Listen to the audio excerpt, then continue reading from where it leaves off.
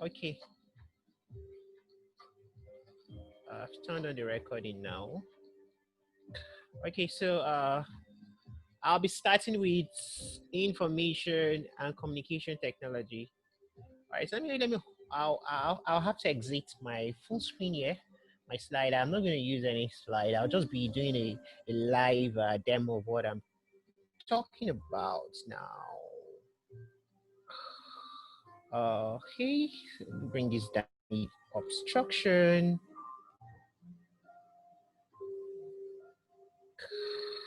Okay, what? New tab. What's this? Okay, so information and communication technology. What is information and communication technology? Basically, let me just bring up something. Uh, internet communication. I want to use these picture to explain information and communication technology. When it comes to ICT, information and communication technology, bring up these gadgets. Hope is large enough. Okay, I think it's a bit large. All right, so copy image, or did I copy? Copy image address. So first, I want us to look at information and communication technology, ICT. Of course, ICT has been a game changer in the last few years. So ICT, of course, you know that initially or back in the Stone Age, uh, people communicated via some very archaic or local way. For example, maybe using metal gongs, smokes, maybe word of mouth, town criers, and all of that. These were like primitive ways of communication. But as a result of some series of transition or gradual changes or some series of innovations, brainstorming, ideas, and all of that, people came up together and said, oh, can't we come up with a system where people can interact with each other seamlessly? Can I just look at a system where someone can be in the US and I'm in Nigeria and we can interact seamlessly, we can collaborate, we can share resources, we can share files. I can come up with a system where I can send a mail and it doesn't have to take 5 months, 10 months before my recipient gets my mail and all of that. So people started brainstorming and coming up with some ideas. People started innovating and thinking about several ways that you could make life very easy for people. Hence the buzzword ICT. So ICT actually came into the picture. And what I want you to have as a take home when it comes to IT is this. It has to do with digital communication. That is IT. ICT, information and communication technology, has to do with a technology that is actually leveraged for information to be transferred digitally. All right, and of course, when information is transferred digitally, you should understand that there are some gadgets in place that should help aid the propagation of this information from one point to another. Now, that is just like an idea, an idea of what information and communication technology is all about. So, what I want you to understand is this: when it comes to information technology or information and communication technology, you're looking at digital transfer of information, not analog. IT is not analog. IT is digital. Everything is digitalized. So you talk about, most times you hear about a digitalized world and all of that. So every data transferred is digital. It's not analog. It's not manual.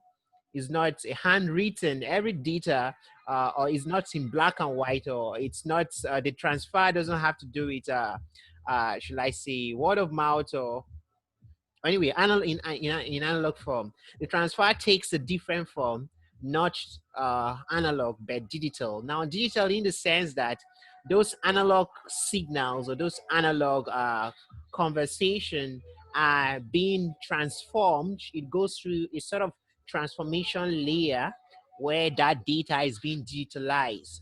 So like now I'm currently talking, I'm actually talking into, I'm sending this analog signal into a device, like a device you could refer to as a technically as a transducer that picks up this signal in analog form and converts it into a digital form. Or in other words, it picks the signal and send it through some sort of circuitries that will convert the signal from analog to digital. Now, the bottom line here is this. When it comes to information and communication technology, data are being sent in digital forms. Digital forms meaning in zeros and ones, all right? Because as far as electronic gadgets are concerned, digital gadgets are concerned, they only understand zeros and ones. They are, most times I call them the zeros and ones babies.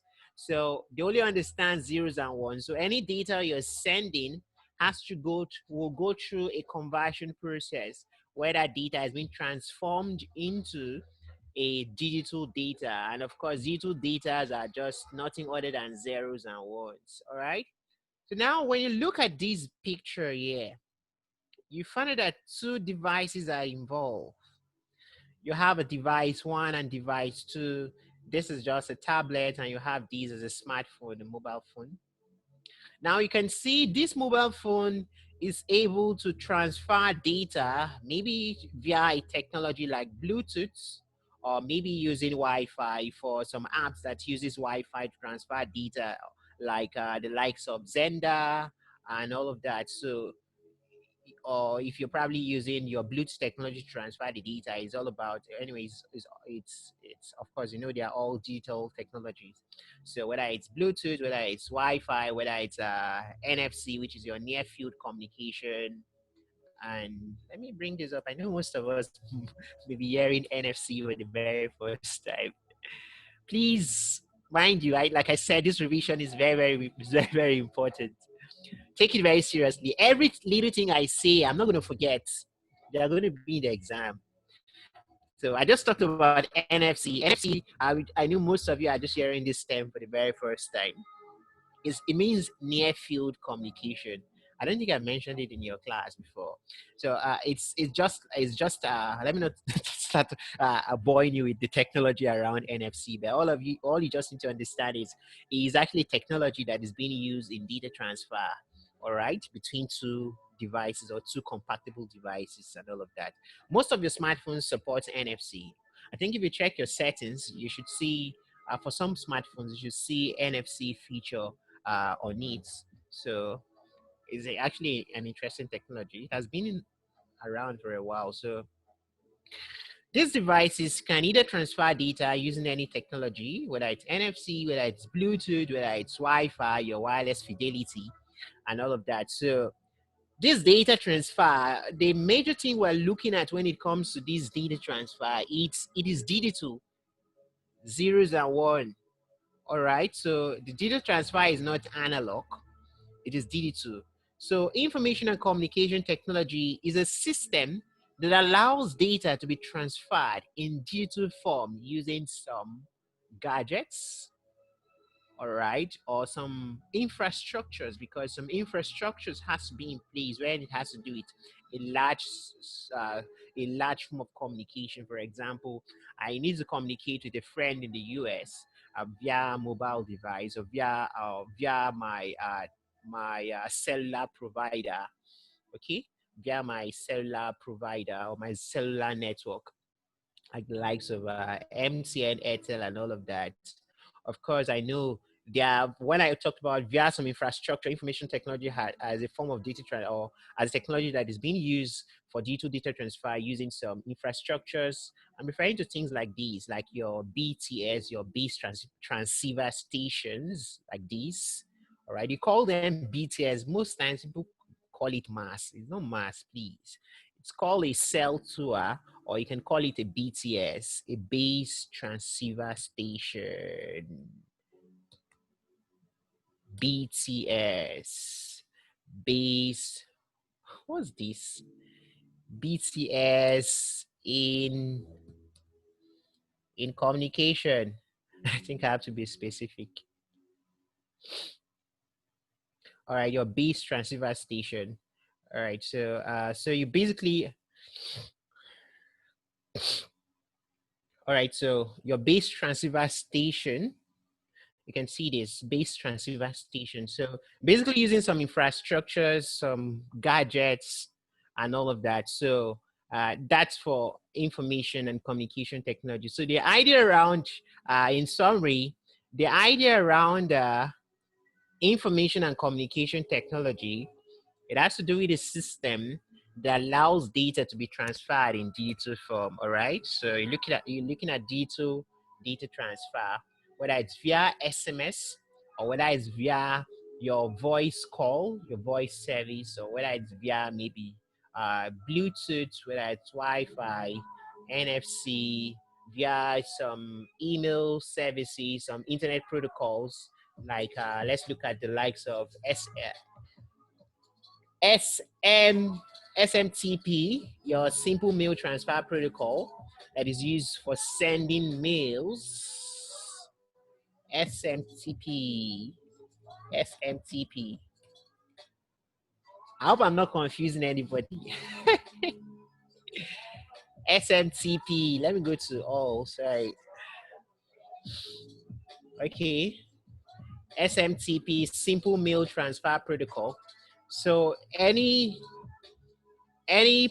protocol or any form of communication, all right, that has to do with data being transferred digitally, you actually call that is IT. All right, that's what IT supports, that's what IT cares about. All right, so that's what IT is all about: data transfer in digital form using some gadgets, some infrastructures. That's IT. Okay, there is no definition for IT.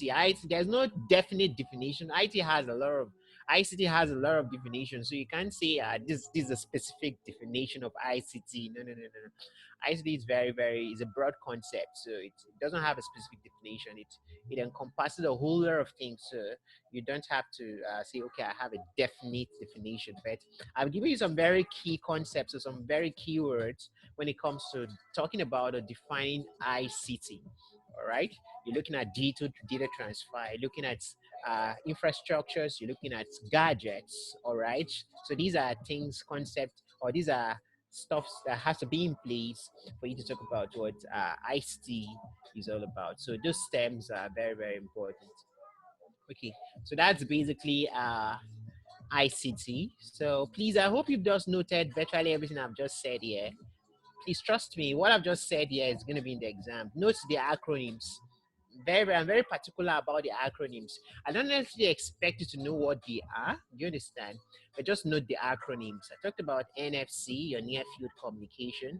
I talked about SMTP, your simple mail transfer protocol. I know I've actually talked about these when I was talking about internet. I talked about several protocols, so I did mention these bypassingly. Okay, so that's basically that. So that's for IT. So that's for IT, information and communication technology. So next we'll be looking at is ICT gadgets. ICT gadgets. So as far as so when you're talking about ICT gadgets, you're looking at devices that facilitates information transfer. All right, you're looking at gadgets, or you're looking at devices that allows data to be transferred digitally. Okay, so that's basically what an ICT gadget is all about. All right, an ICT device or an ICT gadget. So looking at a device that can help facilitate the transfer of data, or that can help facilitate the transfer of digital data. So that's ICT gadget. Now there are a whole lot of ICT gadgets as far as information and communication technology is concerned. There are several ICT gadgets like your computer. Of course, you know your computer is like one of the major ICT gadgets. Okay, you have your smartphones, your mobile phones. all right, several, okay, any device that falls into that category, all right, of phones. Okay, so you look at your tablets, they are all ICT gadgets. You look at your smart TVs, very important. Your smart TVs, these are uh, ICT gadgets. All right, you look at your smart wristwatches, so they are all ICT gadgets because you there are some you have headsets, some very smart headsets, right, that you can use. You can actually link up to them wirelessly, maybe via Bluetooth. Most time, Bluetooth is more like the major technology. That is more like the technology that's being used to synchronize to devices like these, your headsets. All right. So most of them are smart enough to know when you are going far apart from your device. Like there's a particular Bluetooth I used to use. If I'm a little bit further away from my device, it will alert me that I'm far away, so I might not necessarily forget my cell phone. Sometimes you could go somewhere, and if you're about leaving, because the device is you have the Bluetooth in your ear, it can tell you when you're going far away from your device and all of that. So you remember, like a reminder, sort of. That's the way I look at it. So they're all smart. Uh, they're all ICT gadgets actually. So there are a lot of ICT gadgets. There are many of them. Okay, your webcam, your digital cameras, and all of that. Devices that you can use to synchronize with another digital device, all right, is a gadget. It's an IT gadget.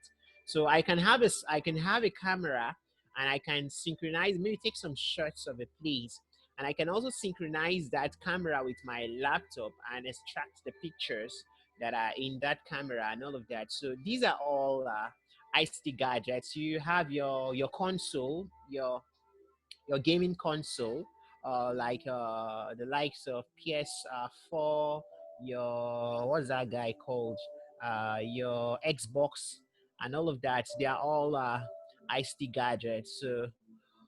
So basically, these are gadgets. I've told you what ICT gadgets are. So I'm pretty sure you should be very familiar with what ICT gadgets are.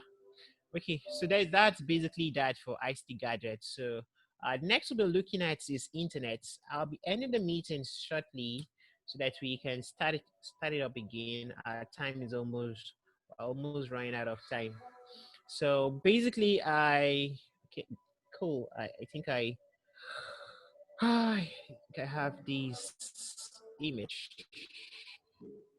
So let me explain what an internet is all about. So while the image is loading, now an internet, all right, it's a network of networks, a network of networks. So if you probably see in the exam, and you ask, what is a network? Okay, a networks of networks is, you should be able to tell me is an internet.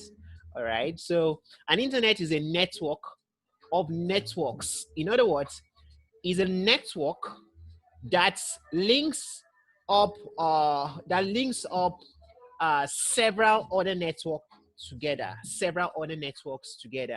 All right, so it's like how's the right word here, it's like a what's that, okay, can't really find the right word to use there. So you just need to understand that it's just like a a connector, okay, for other networks.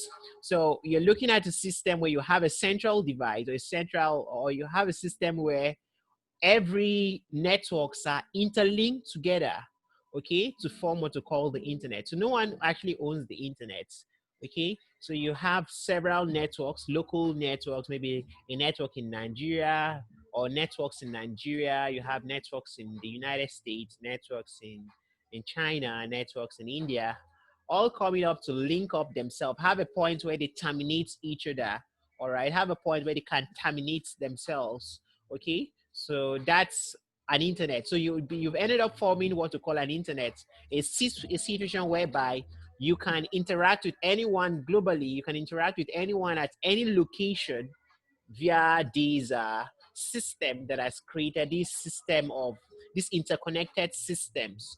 All right. So that's basically what forms what we call the internet. Okay. So you can see the internet as, or you can see the internet is a network of networks. Okay.